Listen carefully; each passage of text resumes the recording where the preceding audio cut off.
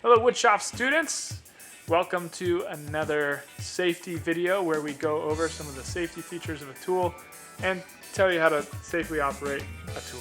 Today's tool,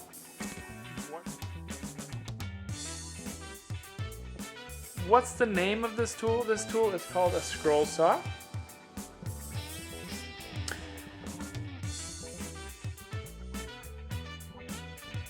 And so, Mr. Coop, what is this tool used for? Great question. I'm so glad you asked. The scroll saw is used for a number of things, but if we could kind of condense it, it's kind of three main things. Number one, it's used for curved cuts. Okay, so if you need to make a curved cut, then the scroll saw does a great job with that because of its very thin blade and the fact that it will not bind up as you turn. The second really great use for a scroll saw is if you have a shape that you need to cut out on the inside of a piece of material and you don't want to cut through the edges or the end grain, you can insert a blade in and cut a shape out of the inside and then remove the blade and you'll have something cut right out of the middle of a piece. So those two are the primary purposes you'll probably use it for. And I just want to throw this in there.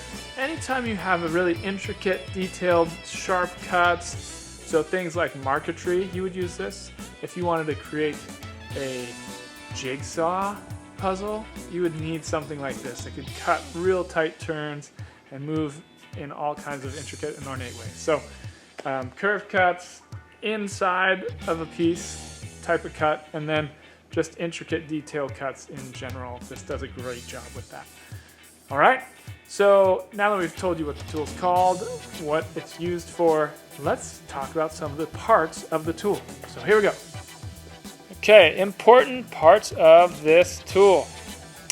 All right, so number one, as with many of your tools, we have the table. Okay, we have the table here. And right here, this metal thing swoops up. This is called the hold down foot. Very important. This thing can be adjusted right here by the hold down adjustment knob. And again, this is where sometimes yours will be a little different. Now let's talk about the important parts of the tool. We have the table. This is where your material rests. And the table is a wonderful solid base for you to have your material on. Now, this blade here is going to be, and we'll talk about this in a minute, but the teeth should be down.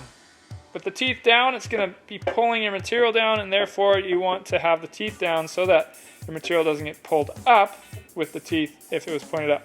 The table is a nice solid surface for you to have your material against, and it helps to just support your piece.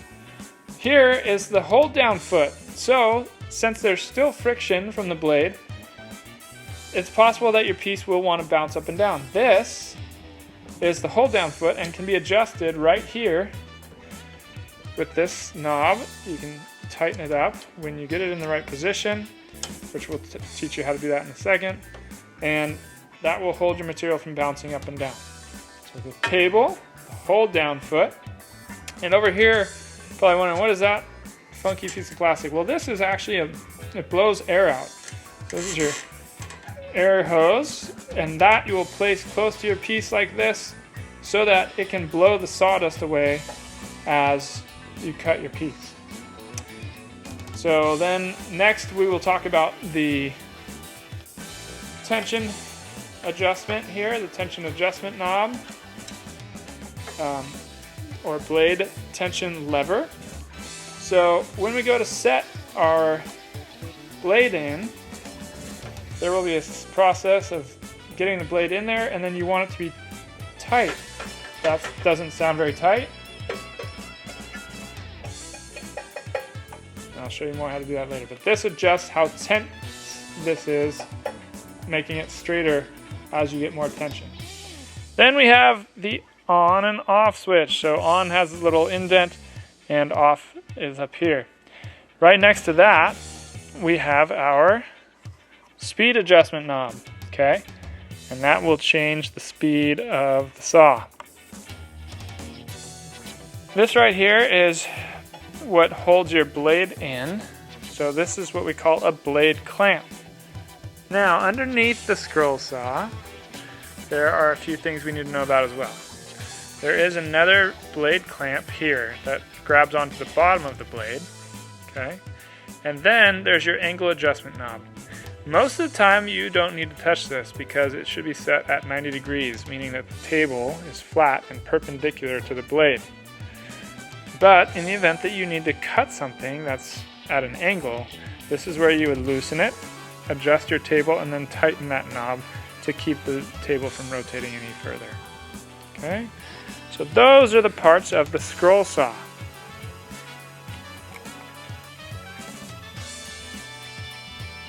Alright everybody, so now you know the name of the tool, you know what it's used for, and you know some of the parts of the tool.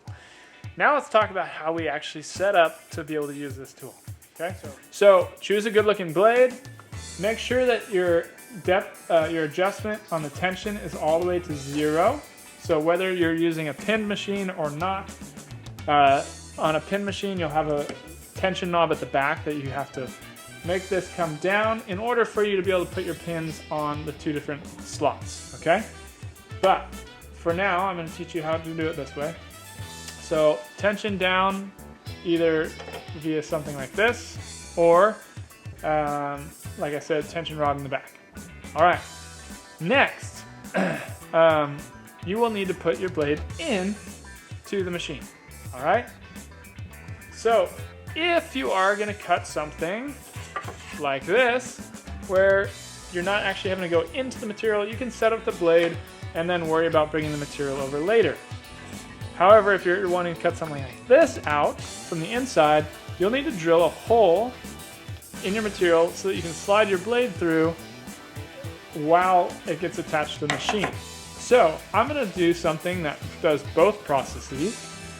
And you can see here, I just drew a little heart. Oh yes, sometimes you might have a Mother's Day gift you need to make, and this is a really fast way to make a Mother's Day gift, by the way. So I just drilled 3 holes.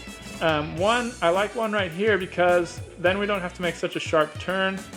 And I actually should have probably put one down here too, but I will show you how to do sharp turns. So I'm going to insert my blade into one of these holes and then tighten it up as I need to. So here we go. Okay, quick note. Make sure that your blade's teeth are pointed down. I don't know if I'm going to be able to focus on such a small thing. Down so that it's pushing the material down into your table. All right? So we're going to put it down through the hold down foot, through our gap in the table, and then you're going to have to hold it from underneath as well as on top. What I like to do is first get it pinched on the top. Okay, so I got it in place. Pinch gently. And then I got to look underneath and make sure that I'm in the right zone.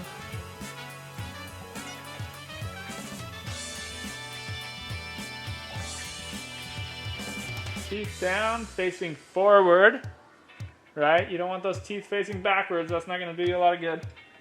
And then make sure it's tightened at the top and at the bottom.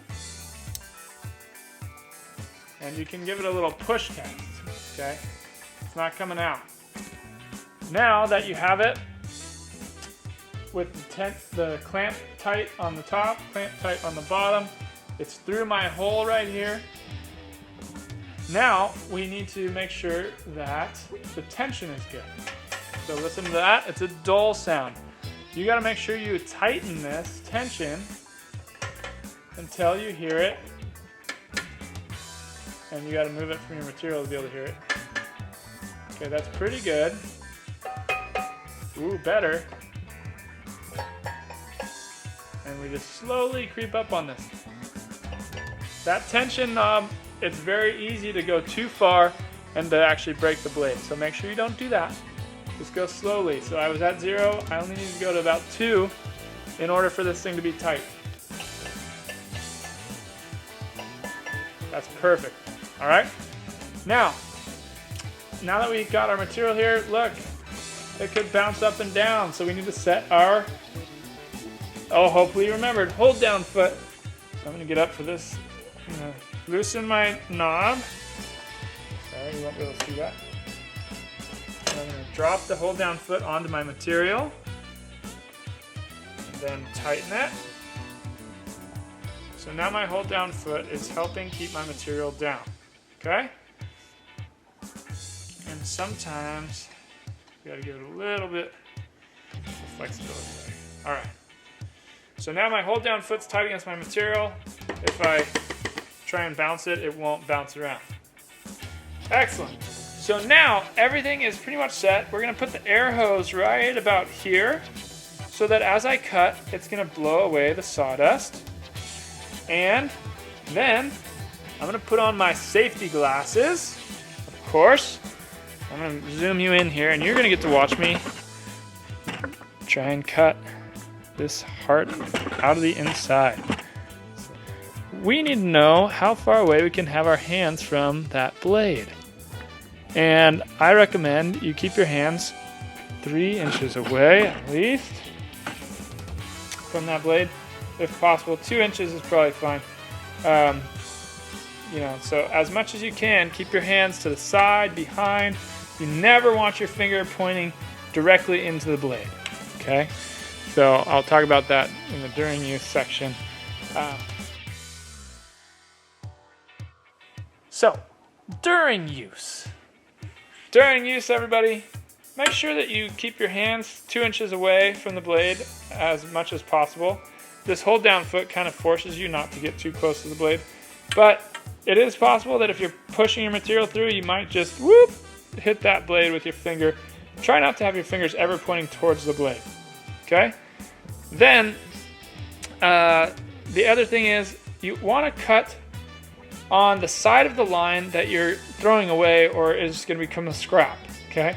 So for instance, I want to cut the inside of this heart. I want to leave that interior line and only cut towards the inside because I can always use a spindle sander or sandpaper around a pen or pencil to try and sand the inside of that and take away more material. But you can't add material back on very easily, and it doesn't usually look very good. Okay, so that's what we want to be focusing on. We want to also make sure we've got our safety glasses on, and then you're ready to go. Just a quick note, I will be turning on my machine here, and then I have my speed adjustment here, okay? You don't want your material touching any of the blade at all when you turn it on so that it doesn't start jumping around. Okay, I'm ready to turn it on, and then I will adjust my speed accordingly. On a scroll saw, usually a faster speed is better. There are times when you want a slower speed, but generally faster is better. Fast speed on the machine, slow speed on your push. For those who want it, I'm also going to put on my hearing protection.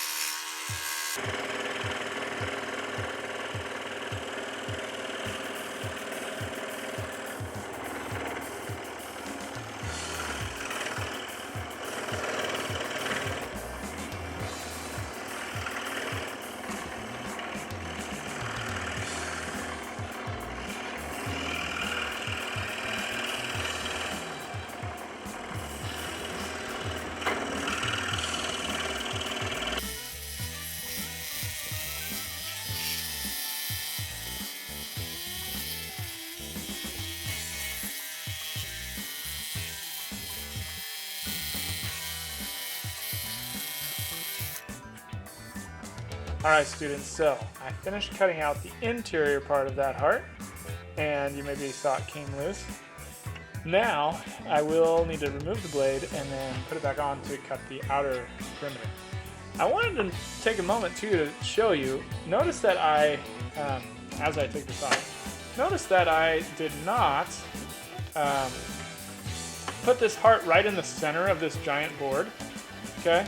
I put it towards the edge for two reasons. Number one, it means less cutting for me. Number two, it wastes less material. It's a win-win situation.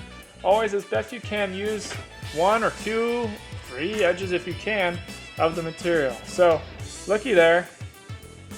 Now you can see why people use this to make a jigsaw puzzle, because you can kind of do that. So now I'm going to set up the blade again and cut this outer thing.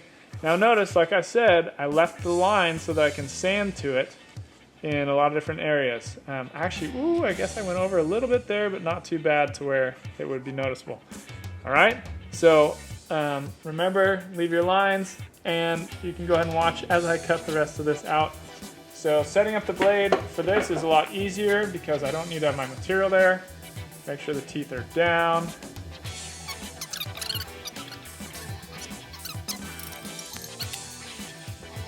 All right, glasses. Here we go.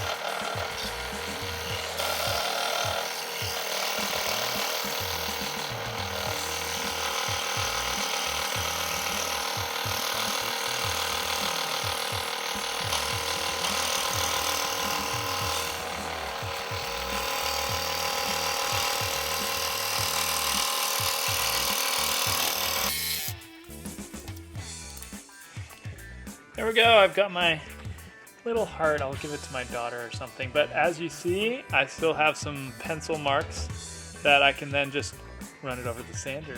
So I hope you noticed that as I was cutting, my fingers were well away. I often had them behind or on the side, and also that I tried to maintain that line. Okay, so after you use this tool, please make sure you clear up your scraps. So this is plenty of extra material. I'm going to put that back in the plywood scrap bin because that's where I got it from. And then if you had done the middle part of your thing last for whatever reason, or it was the only thing you were doing, that means you're going to have removed the blade. You can either install the blade back on there real nicely for your next person, or if you have a blade box or somewhere that you store your blades, please make sure you store the blade away where it goes. Please don't just leave it out. They are easy to lose, okay? And then if your blade does break, which happens, make sure you don't just leave that there for someone else to have a bad blade. You can just put that in the trash if you need to. All right, so let's just review.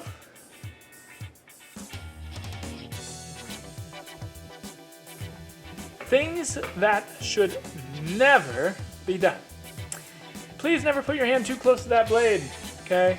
Maintain 2 inches. Scroll saw is pretty safe, but it's still a blade that's going really fast and doesn't want to stop even when it touches your flesh. So, also, no, I wanted to just remind you that you should never push too fast on this because the blades will break. You saw that I moved very slowly and let the blade do the cutting. And it's especially important when you're doing your curved cuts because it allows the blade time to adjust to its new direction. Then, never press your fingers directly towards the blade. Ever. Okay? It just is not the right thing to do. All right, now important things to remember. Do not cut through your line, right? You want to leave the line and then you can sand it afterwards. So make sure you leave the part of the line that you want to get rid of on the side of the line that you want to get rid of. And